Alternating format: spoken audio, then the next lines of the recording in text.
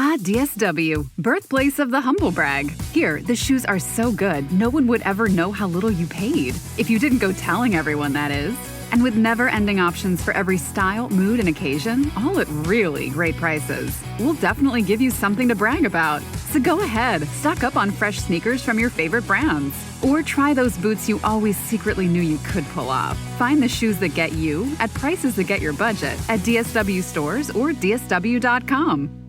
Over 2 centuries ago, it was England that taxed our tea. Now it's Brussels trying to regulate our companies.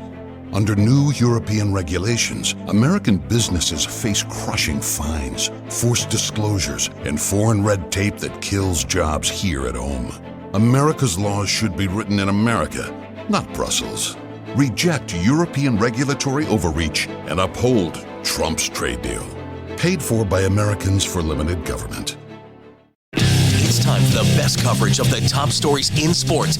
The Sports Wrap with Jason Page starts now. On this Wednesday, so great to have you with us all across America and Canada and wherever else you might be consuming this show, whether it be our YouTube channel, through the podcast, Sports Wrap with Jason Page podcast. We got a lot to do over the next 60 minutes. If it's a Wednesday on the show, it means Kurt Helin is here from Pro Basketball Talk at NBCSports.com. A lot to get to with him. LeBron James opening up season number 23 for him last night in the Lakers, 15th game of the season. And, I mean, after the first quarter, he looked like vintage LeBron.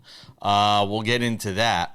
Also, some news to get to from Major League Baseball as trades are starting to happen. Teams are starting to already shift and make moves with their rosters. We'll talk about that. Does Deion Sanders deserve another year at Colorado? He is arguing that he does. I want to talk about it a little bit coming up later on in the show. Some NFL news and notes and injuries to get to coming up in about 10 minutes. But we start things out in college football, and Sam Yarnell is here with me. Week 3 of the college football playoff rankings, Sam. And if you start taking a look at, sort of where the chips are falling here, I don't know how if there's anything that's terribly surprising to me. Ohio State, Georgia, Texas A&M, Indiana, your top 4 teams right now. When we talk about the bye here, Notre Dame is at number 9, Oklahoma at 8, Texas Tech at 5, Ole Miss at 6, Miami at 11. Oregon at 7, Alabama at 10. You see the bracket up there. How it would play out if we were talking about the playoff today, which obviously it does not. Notice I left one team out, Sam. Notice I left the number 12 team in the bracket out because I think that one's the one that's probably going to be the most potentially volatile here over the final few weeks of the season. So I don't even know how crazy I'm going to go about it this week. But I want to get your overall opinion on sort of what we saw last night and as this thing continues to play out. Yeah, my opinion is that we already saw the best version of the college football playoff, and it was the one with 4 teams. And I think the last 2 years and how the committee has carried themselves, especially over the last 3 weeks, has done nothing but show every college football fan from sea to shining sea that it should just be a 4-team playoff. And we are, as much as I wish we weren't, we are simply wasting our time with this 12-team nonsense because the committee clearly cannot get it right. So until we can find a committee that will actually properly rank the 12 teams in the playoffs, there's no point in having more than 4 teams in the playoffs because, again, this is a geriatric group of people that have brains that are only capable of thinking to the power conferences and can only pick 4 legitimate contenders. Even within the power conferences, and I guess throw the independents in there, the disrespect that Miami is catching as the assumed ACC champion, absolutely ridiculous. There is no justification, should they be the ACC champion, to put them over Notre Dame. There simply isn't. They lost to Notre Dame on a football field, but when asked about this, the committee said they weren't even comparing Notre Dame and Miami in terms of who would get a higher seed. Notre Dame has 2 losses against top 13 teams. Miami's 2 losses are against teams that don't fall in the committee's rankings. Here's the thing. You're putting in that 13th team that Notre Dame lost to. There's no way they can be a higher seed than Miami should both teams have the same record or Miami have one more win but no more losses, and they both make the college football playoff. It's nonsensical. I mean, obviously, we can get to the Tulane thing. I'm sorry to all the fans of the show in New Orleans and Louisiana as a whole. Tulane has absolutely no argument to be in the college football playoff this year. And I understand their greatest argument is really just, well, everyone ahead of us kind of sucks. But the problem with that is James Madison doesn't suck, and the College Football Playoff Committee continues to hold nothing against them besides the fact that their conference isn't as good as the other conferences that the teams they're selecting from are. So, again, at the end of the day, the College Football Playoff Committee showed you with their Tuesday rankings that they are only going to really pay attention to the big teams in the power conferences. It's why Alabama only fell to 10 with their loss to Oklahoma. It's why Miami still remains below Notre Dame. This is a playoff committee that is rooted in, I guess, tradition and upholding that tradition to an extent. So, yeah, letting a team that just joined the FBS a few years ago doesn't quite fit their agenda, Jason. No, it's a mess. It's an absolute mess. I agree. We've got to get rid of this 12-team playoff thing. It's ridiculous. So wait a second. So you don't think jumping to 16 teams is going to be? You don't think jumping to 16 teams is going to sort of broaden the scope here and allow for teams that you think are getting short shrift from smaller conferences because they are so zoned in on these larger conferences? You just think they're going to put more large conference teams Correct. in? I don't think, I know that is the case. There's precedent for that to be the case. Look at what happened when we expanded from 4 to 12 playoff teams, right? It's just basically become, all right, the SEC gets 5 teams, the Big 12 gets 3, and then between the ACC, or the Big 10 gets 3, and between the ACC and the Big 12, we'll just kind of figure out the other 4 and not worry about anybody else. It has become a patently ridiculous thing. If we expand to 16 teams, okay, congratulations. So then the SEC just gets their own playoff every year instead of having one championship game. You know what's funny to me? You know, the NCAA men's basketball tournament, we live for Cinderella stories, and so often every year we get one or two of those Cinderella stories, maybe not as much last year, but yeah, it was a little more chalky, I think. But you get Cinderella stories, and it's almost as if the NCAA tournament for the men's basketball side, they want that. And it feels like college football is the antithesis of the NCAA men's basketball tournament. They don't want Cinderella stories. They want the blue bloods. They want the powerhouse teams in there. And it's kind of funny that you have these two, enormously popular sports and enormously popular tournaments and championships and things that we sit here and debate, and they are run so completely diametrically opposed to one another. It's something to study. Somebody far smarter than me will probably do a study on it, Sam. That's a great point, Jason. It's something I hadn't thought about, but you're exactly right. What makes the NCAA tournament so successful? It's when, what is that school a couple of years? St. Peter's goes on a run to the Sweet 16. Like, that is what makes college basketball so great and makes their postseason so enthralling. College football could learn a lot from that. Yeah. You're right. Yeah, it certainly could.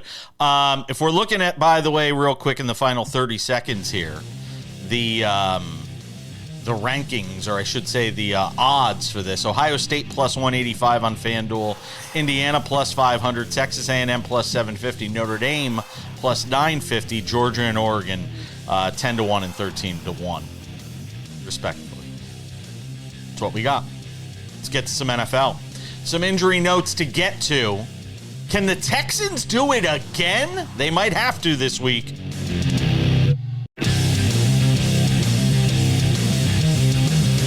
Welcome back inside the SportsWrap studios on this Wednesday. Kurt Helin of Pro Basketball Talk at NBCSports.com joins us in 10 minutes. He had a front row. Well, I don't know about front row. He had a seat to see the Lakers and Jazz last night. I should have had him send me a picture of where his seat was. He got some good pregame video of LeBron, though, shooting his shot before the game got started. I got to watch a lot of the second half of that game last night, and LeBron looked, for a guy that hadn't played a single game all year, looked fantastic. We'll get into that coming up in about 10 minutes. Get his thoughts on a few other items from around the association. But we start this segment in the NFL, Sam Yarnell. Let's talk about some injury notes, some quarterback issues. Matter of fact, a lot of quarterback issues to get to. Start with C.J. Stroud, who's going to miss another week, which tells you this concussion must have been pretty serious for them to have held him out as long as they have. I don't remember how many this is for him in the NFL, by the way. I'm not sure if this was his second, if this was his first, but this one obviously has been pretty serious, as it looks like he's going to miss another week, and Davis Mills will get the start for the Texans. And can they do it again, Sam? Can the Houston Texans win another game with their backup quarterback? They're going to have to do it on Thursday night at home against Buffalo. And I won't say it's their season on the line, because the AFC is still so wide open. That's a game the Kansas City Chiefs will certainly be watching with great interest for sure. But with that Houston defense being as good as it is, you feel like they're going to be in every game no matter who's playing quarterback for them right now, Sam. Yeah, unless we get the Josh Allen we saw last week, where he's just slinging the pill all over the yard and not caring about where it goes.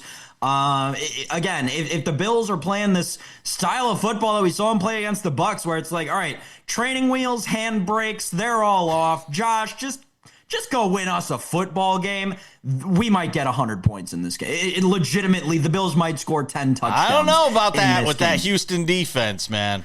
That's so while it's a valid concern, I 100% understand. There have been occasional quarterbacks who have had copious amounts of success within the same general archetype as Josh Allen throughout this season. That said, there's no, maybe the Eagles, but maybe only the Eagles are the hotter defense in the NFL right now than the Texans, with how well they've been playing, especially over the last 3 weeks. To the point about Stroud, though, because you said that, and I was like, yeah, it does feel, I couldn't remember at the time whether it was like Ohio State or at some time, but it was week 14 2 years ago. Stroud missed 2 games with a concussion. The only injury he's really had that's caused him to miss significant time throughout his NFL career, I think there was a shoulder injury that caused him to miss a week somewhere else. But this being the second one in 3 years for CJ Stroud, I mean, Jason, I'm not saying he's Tua, right? I'm not saying he's a guy where this is going to have to be like every time he drops back to pass, we have to worry about it. But long-term, 2 concussions in 3 years has to be a concern for a quarterback, right? And not every concussion is the same. And all of these things, right, yeah. There's the cumulative effect. What did he have in college? What was he had in high school? I'm sure they're digging through his history. And look, it ultimately boils down to being not symptomatic. And clearly he is still feeling the effects of this thing for him to not be out there. Aaron Rodgers might be out there this week, according to Mike Tomlin. You never know. He does not need surgery to repair a fracture to his left non-throwing wrist, according to Mike Tomlin. He has not been ruled out for this weekend's game against the Bears, and it sounds like mostly it's just figuring out a way to stabilize it and keep it safe while he's out there. You just think about all the little things you do, even if it's your non-throwing hand, bracing yourself if you fall down, the natural instinctive things you would do. It sounds like there's still a lot of risk involved here that they have to figure out how to mitigate, Sam.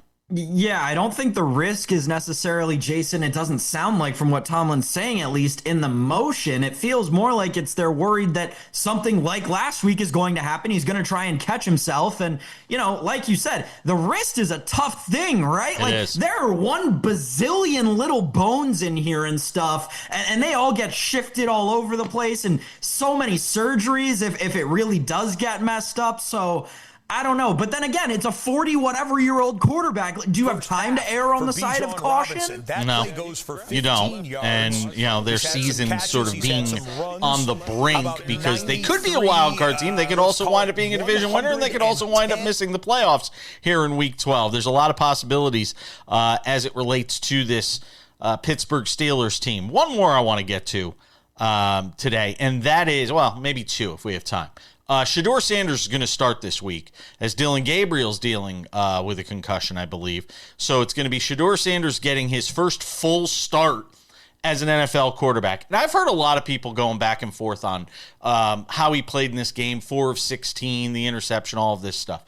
Here's the bottom line. And Jeff Saturday, I want to give him credit, brought this up yesterday on First Take. And I think he's spot on about this. This is as much on Kevin Stefanski and the lack of practice time that this guy has had with the first teamers, that the offensive linemen didn't even know the cadence on Sunday. They had never even heard the cadence of Shedeur Sanders with that offensive line.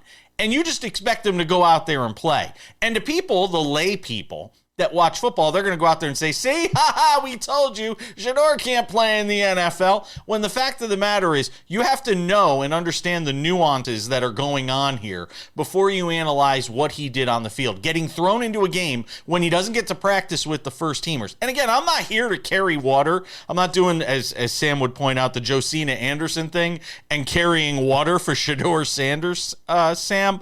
But the fact of the matter is, the guy's got to be given a fair opportunity to see what he can do with this starting job. Yeah, you're right. At the same time, there were glaringly obvious mistakes he was making that I don't care if you're going out there with a college team you've never played with before. They're just mistakes that you can't make at the NFL level as a quarterback that he was making. Listen, I don't think that this week is going to be as bad as last week by any stretch of the imagination. You're playing against a worse defense. You, like you said, get more practice time with the first team.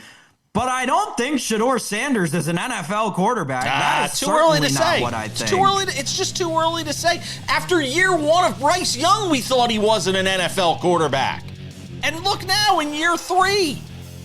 It's just too early, and that's what I think we're so quick to react on these things. And I don't know if Shedeur is going to get the kind of opportunity Bryce Young got. I suspect he's not. At least not in Cleveland. Oh, by the way, Jamar Chase still suspended for a week, as he should be. We're coming back with Kurt Helin next. Welcome back. Every Wednesday on SportsWrap, I have the great privilege of being able to bring in our friend Kurt Helin of Pro Basketball Talk at NBCSports.com. Does a terrific job covering the league. And by the way, I want to thank you. You came out and supported me this weekend. I was bowling out there in Long Beach. I did. I was supposed to be somewhere else. It got canceled because of the rain, one of my kids' lacrosse tournaments, and I was like, I had never been to a bowling tournament before, so new experiences are fun. Like you're just seeing stuff you don't see before. Plus, it's always good to see you. Talk about the thrill of victory and the agony of defeat. One day you're watching me bowl, and then 2 days later you're watching LeBron James. It's like the same thing. It's like lace him up for season 23. You got to watch me. Talk about the highs and lows of life. Kurt did come out, supported me while I was out there at Cal Bowl in Long Beach this weekend. Had a good time bowling out there. I actually bowled pretty well. So now that you've watched your first bowling tournament, do you want to like switch? Do like the PBA beat next? Is that your thing? I got a feeling that's a little more like the people that know the sport, and it's a little niche. Yeah, it's kind of like there were times I grew up a hockey fan too. I'm like, man, I could have been a hockey writer and gone to hockey games, but then I'd have to get a lot more sweaters. Yeah, then we'd have to decide between you and Dennis Bernstein and watch it, and we'd have to have like death matches between you and Dennis Bernstein to see who we'd have on the show to talk about hockey. All right, let's talk about it. LeBron last night, you had a front row seat. I joked earlier in the show, or as you said, as close to the front row as the media gets for LeBron's season 23 debut for the Lakers. And you mentioned it, I went back and looked at the highlights. After kind of a shaky first quarter, he really settled in. And, we talked about it via text, his court vision. He had 11 points, 12 assists, 29 minutes. I mean, could J.J. Redick be any happier? No, I don't think so. He was pretty happy after the game. And, the shot, even in the end, the shot was a little rusty, but that's to be expected after you've missed 14 games. And frankly, remember, because of the sciatica, didn't have training camp.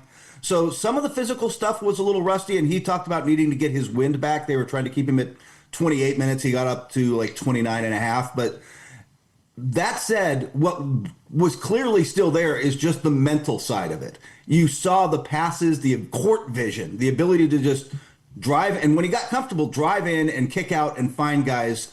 find wide open guys, make those passes. And the other thing, which you didn't necessarily come through probably on the broadcast, you could hear him on defense using his voice because he just recognizes everything. He's a high IQ player who has seen everything in 23 years.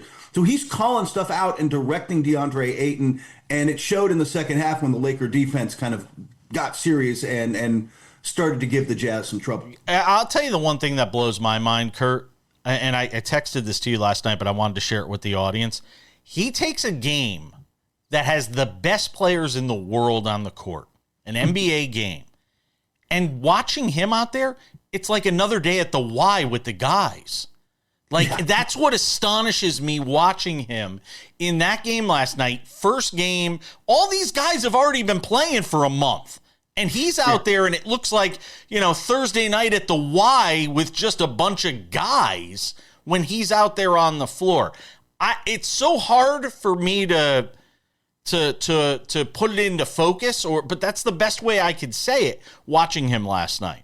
And it's an adjustment for the guys playing with him. Right? Oh, I'm sure. You're not used to playing with, and I think this probably happens with, you're suddenly playing with an elite quarterback. You're out there with Patrick Mahomes, and it's just different, right?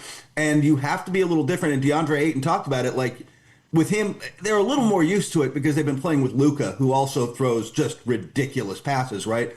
And he's like, you better be ready at all times. And Ayton said both the alley-oop, but a couple of cuts he got where he got buckets at the rim because I didn't think he saw me. I made the cut because that was the offense. I didn't think he saw me, and suddenly the ball's flying at me, and I'm making baskets. And that's what LeBron brings. It's just, again, that vision and that high IQ game. With him and Doncic, the Lakers just become so hard to guard because they're both just going to make the right play. Now, Kurt, where do you rank the Lakers in this Western Conference? Now that they've got the full complement back, they've got LeBron, they've got Austin Reeves, they've got Luka, right? Where does this Lakers team stack up in a very talented Western Conference? They're still in the second tier for me, and they're there with Houston, who is probably playing better than them right now, but, they got LeBron back, so see. But Houston's in there and a couple other teams. Oklahoma City probably is on its own tier, but Denver's right there. Like, those two teams are just head and shoulders right now.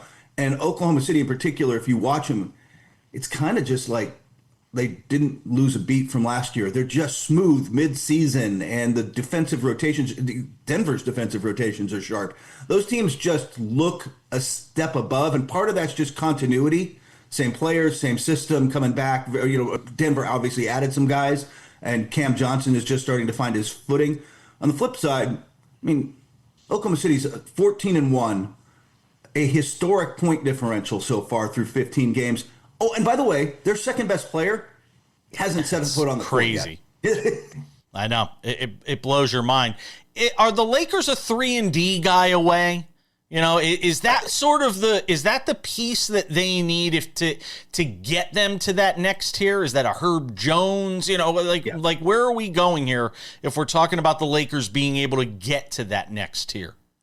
They need defense, and I think that was the one thing that was clear. It was better in the second half last night, but look, if you're playing Luka Doncic, Austin Reeves, and a 40-year-old LeBron James at the same time, that's not good defensively. LeBron can dial it up for a minute or two still, but that's just not a good defensive trio against an elite team.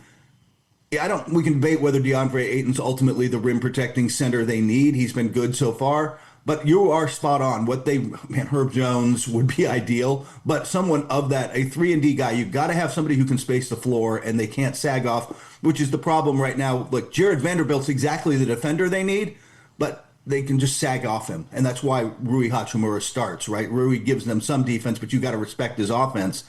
The Lakers would be better off. And that's right now they need defenders. Ultimately, if they're going to compete with Denver and OKC, their defense has to be better than it is. Where is San Antonio in that mix when you talk about first tier, second tier? I would imagine you'd put them second tier. I want to get your thought. I want to get your thoughts on the Spurs because they're dealing with an injury right now to Victor Wembanyama, and Sam and I were debating on the show yesterday. What are the expectations for them over the next few weeks without Wemby? And we were also debating this is year 3 of Wemby, and we're talking about another injury for him. Yeah. When does it become a trend versus just a one-off when we talk about these injuries? We're going to get into that as well with Kurt Helin of Pro Basketball Talk at NBCSports.com. He joins us on this Wednesday edition of Sports Wrap. Ah, DSW, birthplace of the humble brag. Here, the shoes are so good, no one would ever know how little you paid. If you didn't go telling everyone, that is. And with never-ending options for every style, mood, and occasion, all at really great prices, we'll definitely give you something to brag about. So go ahead, stock up on fresh sneakers from your favorite brands. Or try those boots you always secretly knew you could pull off. Find the shoes that get you at prices that get your budget at DSW stores or DSW.com.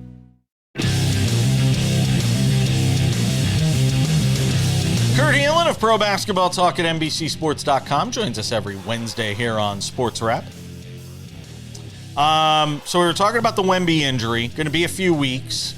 These calf strains are, they're tricky. They could lead to Achilles injuries and all that. But I'm more interested in the idea, or at least getting into the conversation about injury-prone Wemby and how difficult it's going to be for this organization to count on having him on the floor. And when you are talking about somebody who changes the game in such myriad ways, on a night-in, night-out basis, how much his presence on the court changes and how it changes everything you do offensively. Just when he sits for a few minutes during the game, you see the difference, let alone missing him for a few weeks, Kurt. Well, first off, I will say, just talking to people around the league, they think it's going to be closer to a month. It's going to be the Spurs are going to be incredibly cautious with their star player, but there is that concern. There is that. Look, we got to get him right. We got to get him healthy. I'm with you, by the way. I have them in the second tier. I think when healthy, they are in the mix with the Lakers, and I don't know that they're ready to beat the Lakers or even Houston right now. But wait a year, wait a couple of years. De'Aaron, and I think, by the way, they'll survive this okay, just because they've got De'Aaron Fox, and now Luke Cornett gives them a solid backup center. They'll be good enough to keep their head above water and not plummet during this, but they're not the same team.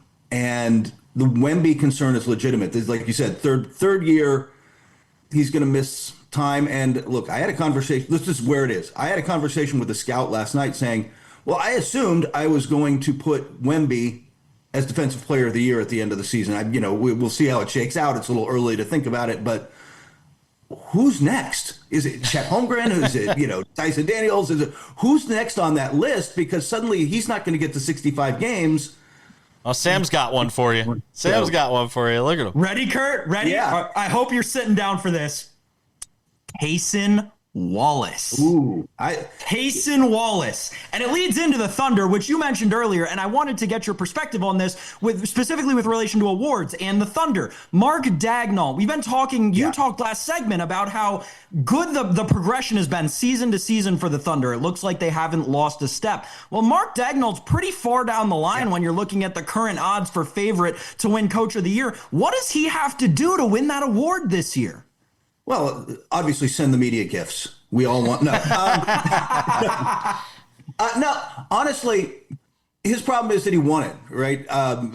Was last year? Last year, right? But so back to back is rough. And I'll tell you right now, I haven't looked at the odds. My guess would be Eric Spoelstra's better be high on that list because of the way the Heat are playing.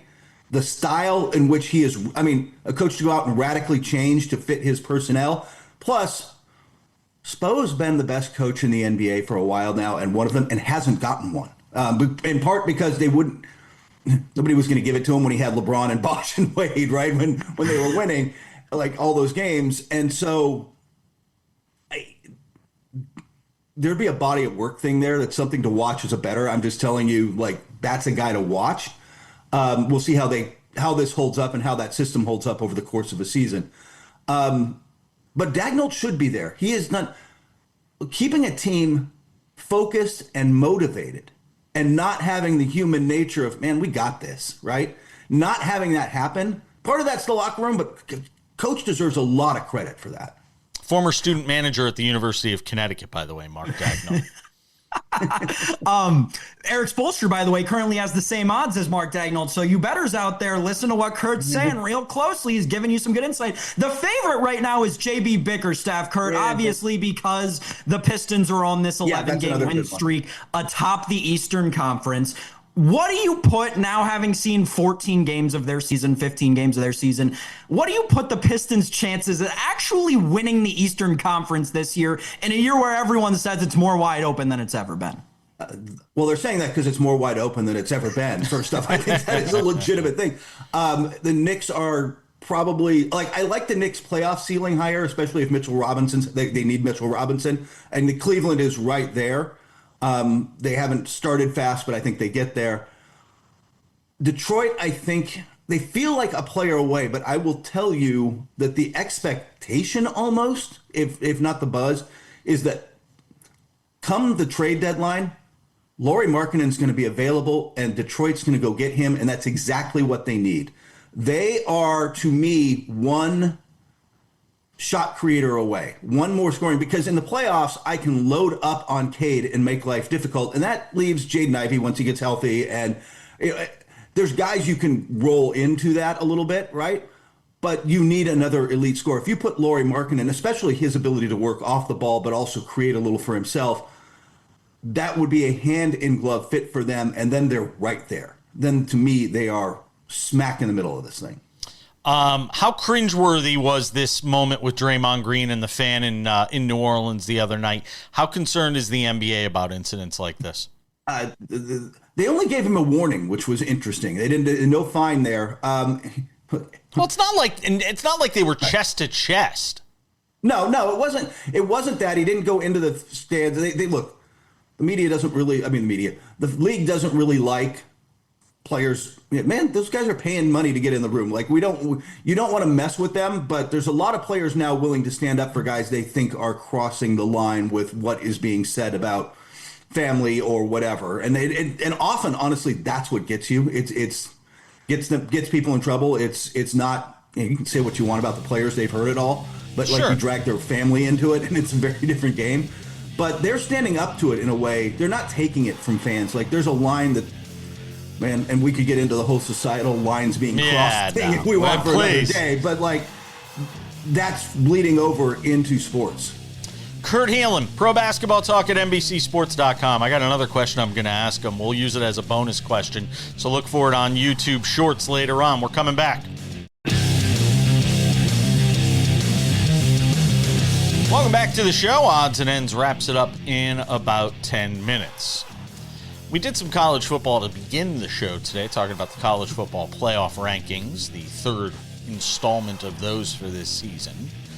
There's another story in college football that I wanted to get to, though, and that involves Deion Sanders, the head coach at the University of Colorado, and something we've talked about at some length this season when we have Bill Bender on the show in particular, and that is the idea of whether or not Deion Sanders will be back next year. And so far, he's gotten a vote of confidence from the athletic director and the administration over there at Colorado with Ken Dillingham, basically saying that he's gonna get another shot next year, and Deion saying he deserves another shot for next year and that he can fix this thing.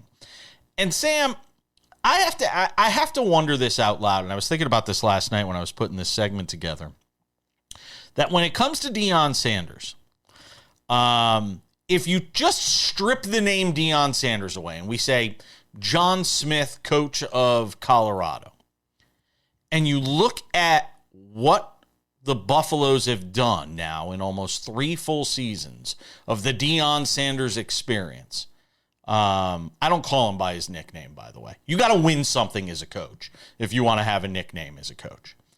To me, if you strip away the name and just go through the resume of what he's done over the last 3 years at Colorado, I think the obvious answer here is he does not deserve another year at Colorado.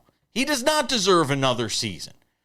He's beaten no top 25 teams, I think, other than TCU, which he beat in game 1 of, I don't know if it was the very first game. I think it was the very first game he coached at Colorado.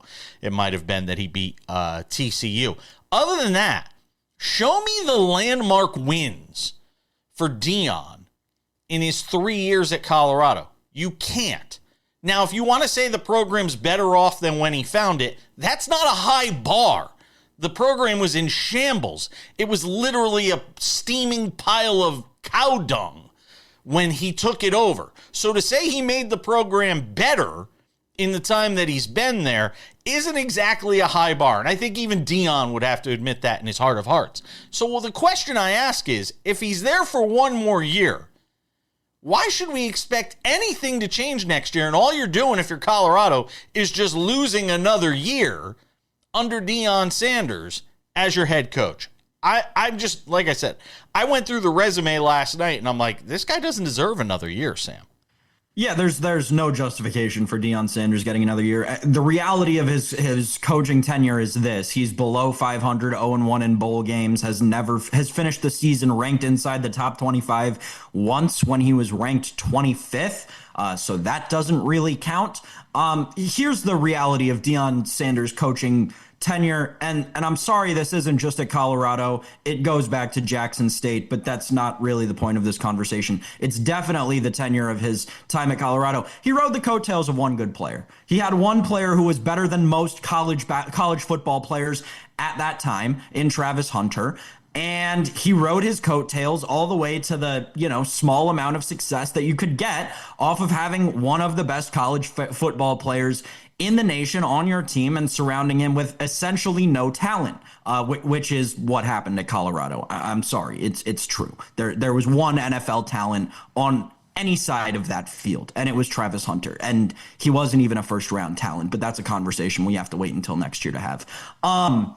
Deion Sanders not being able to not only build the program the way that he promised when, he came in and put the Instagram handles on the back of all the practice jerseys and promised that this was going to be a perennial college football playoff contender. Obviously, those fell flat on their face because, again, he was experienced at a level where you could ride the coattails of one unicorn all-pro level player, right? But when you get to the power conferences and you get to the Big 12, such is not the case. And you can really only ride that player to a 9-4 season and a bowl win or a bowl game loss because that player won't play in the bowl game. Again, we will look back on the Deion Sanders coaching tenure for many things, right? Developing Travis Hunter, right? His battle with his illness, right? What he turned Colorado into. But the reality of the situation is Deion Sanders, quite frankly, was never cut out to be a Power 5 Division I head football coach, and he's shown you that over the last 3 years at Colorado. It's remarkable. I was just looking back and doing my research on this.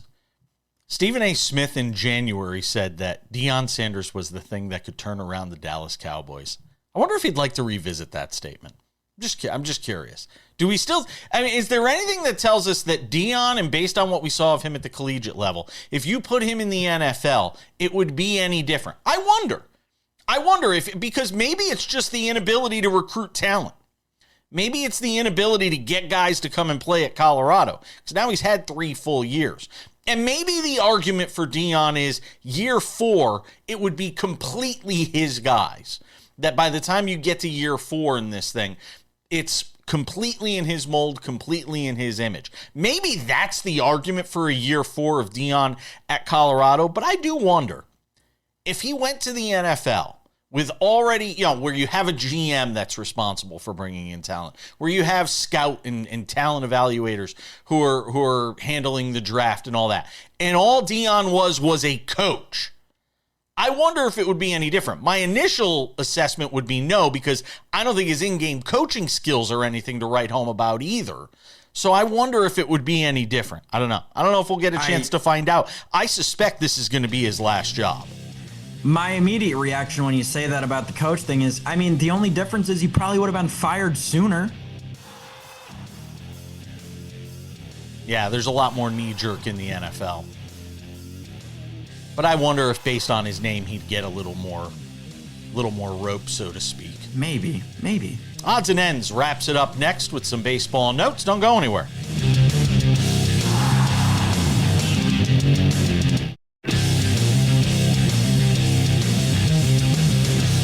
Just about time to put the wraps on this baby for a Wednesday. Tomorrow we'll have a Thursday night NFL preview. Bills, Texans. Let's go Buffalo. Sorry. Had to slip that in there. Couple reminders. First of all, if you haven't done so yet, make sure to subscribe to the Sports Wrap with Jason Page podcast. It's available on all your favorite podcasting platforms: Spotify, Apple Podcasts, YouTube Podcasts, iHeartRadio, TuneIn, Odyssey, Amazon. Anywhere you get a podcast, you can listen to this show, audio only, Monday through Friday on your favorite podcasting platform. We also have the Sports Wrap with Jason Page YouTube channel, which we have worked hard to curate the best possible content for you. We have the show there Monday through Friday available for you, 45 minutes commercial free. We also have Sports Wrap Shorts. If you have not checked these out yet, you get 2 or 3 of them every day surrounding the biggest stories in sports. We've got it covered for you there. Lane Kiffin yesterday appeared on Pat McAfee. We had immediate analysis and let you hear in his own words what he was saying regarding the possibility of coaching somewhere else next year. We broke that down for you. LeBron James performance last night. We had a Sports Wrap short for you on that. They're available on our YouTube channel, Sports Wrap with Jason Page YouTube channel. Also available on TikTok, Sports Wrap Jason Page. Available on Instagram, Sports Wrap Jason Page. Easy as that. Go and check those out today. And without any further delay, ladies and gentlemen, time for some odds and ends. Odds and ends, Sam Yarnell. Some notes from Major League Baseball, where the Baltimore Orioles made the first big trade of this offseason, dealing Grayson Rodriguez to the Angels for Taylor Ward. Sam Yarnell, you say what? This team can't get out of its own way. The Baltimore Orioles, man, they are just, and you know, as a diehard Washington Nationals fan, doesn't necessarily pain me to say this, but I mean, this franchise, just as soon as you think that they're going to be perennial contenders, they just can't stop throwing up on themselves for years. So an horrible trade. If you're the Orioles, here's what you're doing. You're selling low on Grayson Rodriguez at a time where he's suffered a lot of injuries very recently after being a very highly regarded prospect. And then not only are you selling low on Grayson Rodriguez, you're buying high on Taylor Ward, who had his first breakout season finally last year after being a letdown his career up to that point. So, an absolutely perplexing move from the Baltimore Orioles organization, an organization that famously hates pitching. If you pitch, the Orioles hate you. They just don't like you. So it makes a little more sense when you think about why they would have moved on from Grayson Rodriguez from that perspective. But again, for an organization that claims that they're trying to win and compete for division titles, I'll tell you, this is certainly not how you do it. Kind of feels like when the Toronto Blue Jays went out and got Anthony Santander in last offseason. Talk about buying high, and we saw how that turned out for them. Just a thought. Yankees get back Trent Grisham on a qualifying offer he decides to accept. I was shocked. I don't think anybody thought Trent Grisham was going to wind up back with the Yankees next season, but he does. Tigers do the same with Gleyber Torres. Brandon Woodruff back to the Brewers. And Shota Imanaga, all getting their qualifying offers on Tuesday. They go back to those teams in 2026, salaries of $22 million. The Grisham one surprises me, Sam. I thought he was going to land somewhere else for sure. Yeah, the Grisham one's the most surprising. The Torres one is the least surprising. Torres, you understand, wants to bet on himself based on his career trajectory finally going up since he got out of New York. The Grisham thing is absolutely, it makes no sense. This is a guy who's late in his career, now taking a bet on himself. Yeah, not a great idea, especially when you're doing it for the New York Yankees, a team that'll bench you before anybody else will, right? So, perplexing decision from Trent Grisham. I get you want the $22 million check for this year, but I'm just telling you, somebody would have paid you 60 over 4, right? Somebody would have given you that kind of money. Maybe you wouldn't have been in New York, but that shouldn't matter. You're Trent Grisham. You should just be thankful that people forgot about that play from San Diego in 2019. He's only 29. I mean, he just turned 29 years old. He's not that old, Sam. Exactly. He's 29, accepting qualifying offers. That is the perfect spot. Hey, get your bag, enjoy your 30s, have a kid in a city that's not New York. I mean, life was handing itself to Trent Grisham, and he didn't take it. Maybe he loves New York. And also, here's the other thing. The grass isn't always greener on the other side. Protection in that lineup. You know, wherever he hits, he's got protection around him. You're not guaranteed that if you go and sign with Kansas City next year. You're not guaranteed that if you go sign, with, just name, fill in the blank with whatever team. You're not necessarily guaranteed that sort of protection. Maybe that has something to do with it. Maybe it's actually wanting to have a chance to win a World Series because he is 29. You don't know how many more opportunities you're going to get at it. Not to say you're going to have a chance to win a World Series with the Yankees the way they're being run these days, but all the same, it's $22 million is still a lot of money. It's a lot of money. More guys accepted qualifying offers this year, by the way, than have in recent years, which is also why? Why? Because the lockout's coming. Yeah, I was reading about that yesterday. They all want to get their one-year deals while they can, because they don't want to have contracts that go beyond when the lockout happens. Could happen.